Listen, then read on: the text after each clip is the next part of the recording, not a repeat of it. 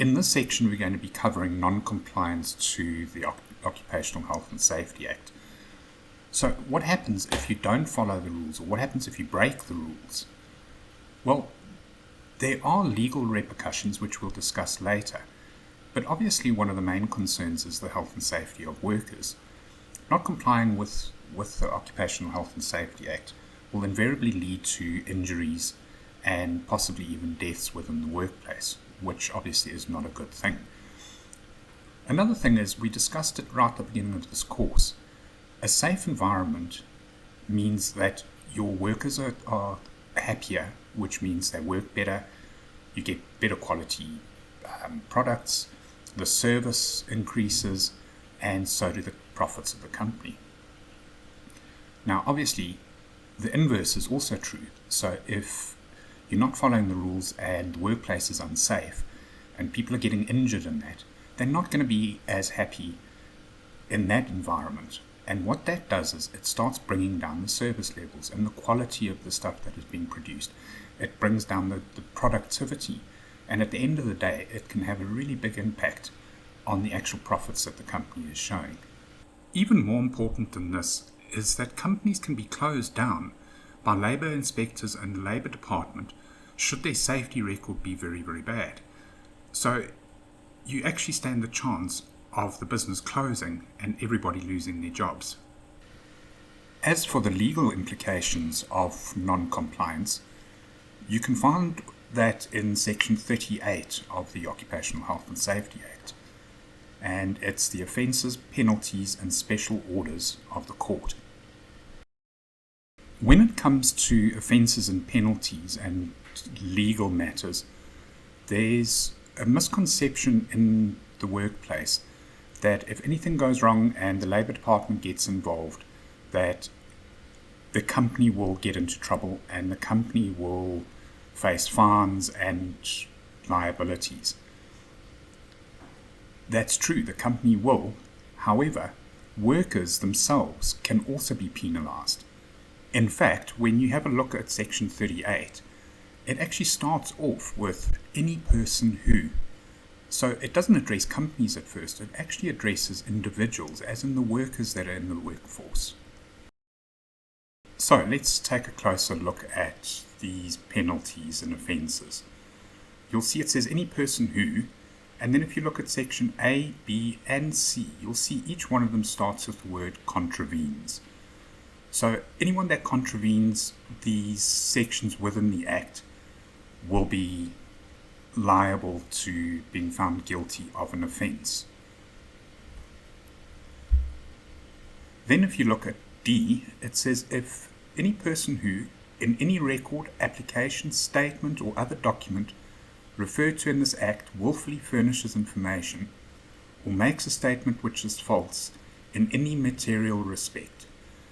In other words, if a person does something fraudulently, so they might doctor their safety record or apply for injured on duty when that wasn't the case. So anything like that, that person can also be held liable. If we have a look at sections E all the way through to M, it covers dealing with labour inspectors. Now, labour inspectors are appointed by the Department of Labour, and their job is to go around to workplaces and ensure that both the company and the employees are abiding to the Occupational Health and Safety Act. They are also involved if there are accidents and incidents in the workplace. Now, labour inspectors have got quite a bit of power. They can actually close a company. They can shut the whole company down if they found that the infringements were serious enough. And that's why this section covering labour inspectors is quite thorough. But basically what it boils down to is that if there is a labour inspector involved, you need to do whatever he or she wants. If they need documentation, you have to provide it. If they want evidence, you need to give it to them.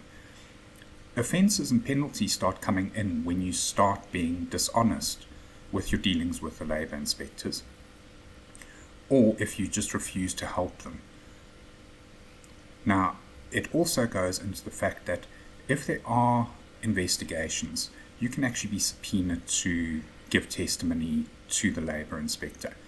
And obviously, if you lie or give false testimony, or you just refuse to answer questions, or if you just don't arrive at the actual meeting, you can be held liable for an offence.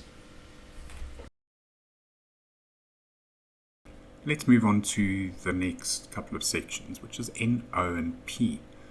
Here, the Act addresses workers' actions. So you'll see the first one, tampers with or misuses any safety equipment installed or provided by any person by an employer or user.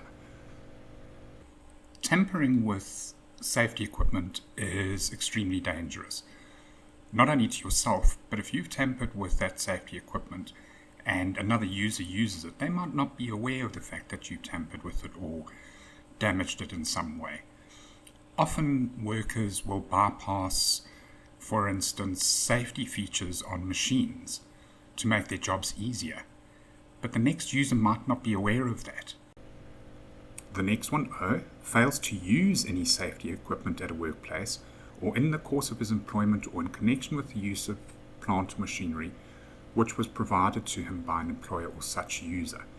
This is quite a serious one, because if the company has issued workers with PPE, for instance, gloves, working gloves, and the worker does not wear them, they are breaking not only the company's rules, but also the rules that apply to the Occupational Health and Safety Act.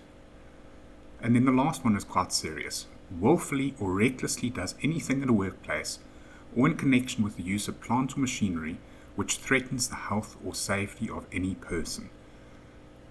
So if the worker is just being irresponsible and not abiding by the first stipulation of an employee's obligations within the Act, which is to work safely, they can also be held liable.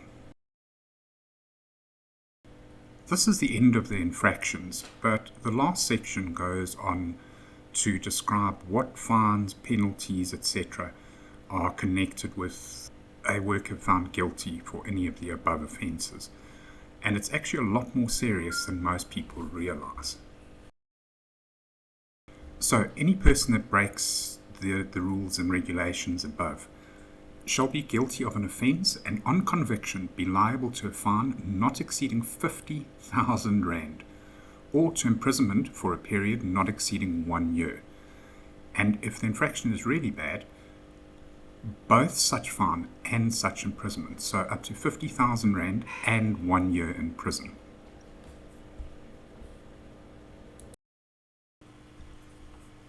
So let's move on to the offences and penalties that apply to companies or employers.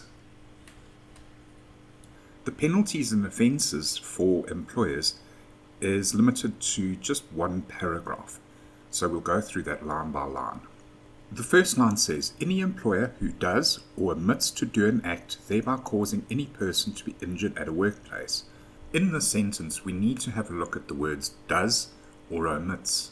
Basically what it's saying here is any employer who does something that is against the regulations and ends up with someone being injured will be guilty of an offence. The word omits means that if the employer hasn't done something that is stipulated in the Act, again, they will be liable to a penalty.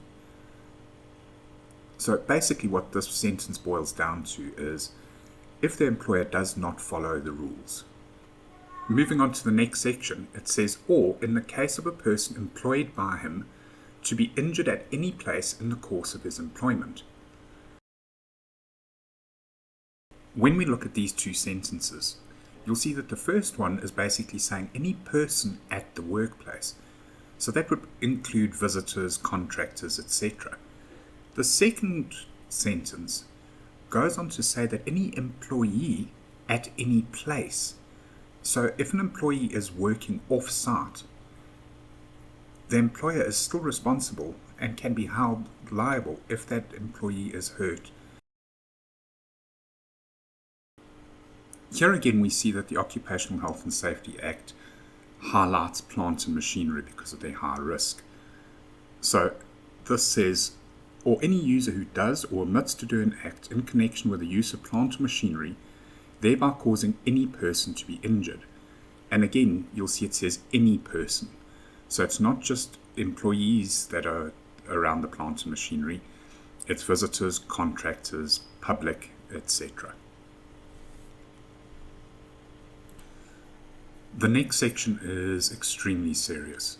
So let's read through it. It says, shall be guilty of an offence if that employer or user would in respect of that act or omission have been guilty of the offence of culpable homicide, had that act or omission caused the death of the said person, irrespective of whether or not the injury could have led to the death of such person.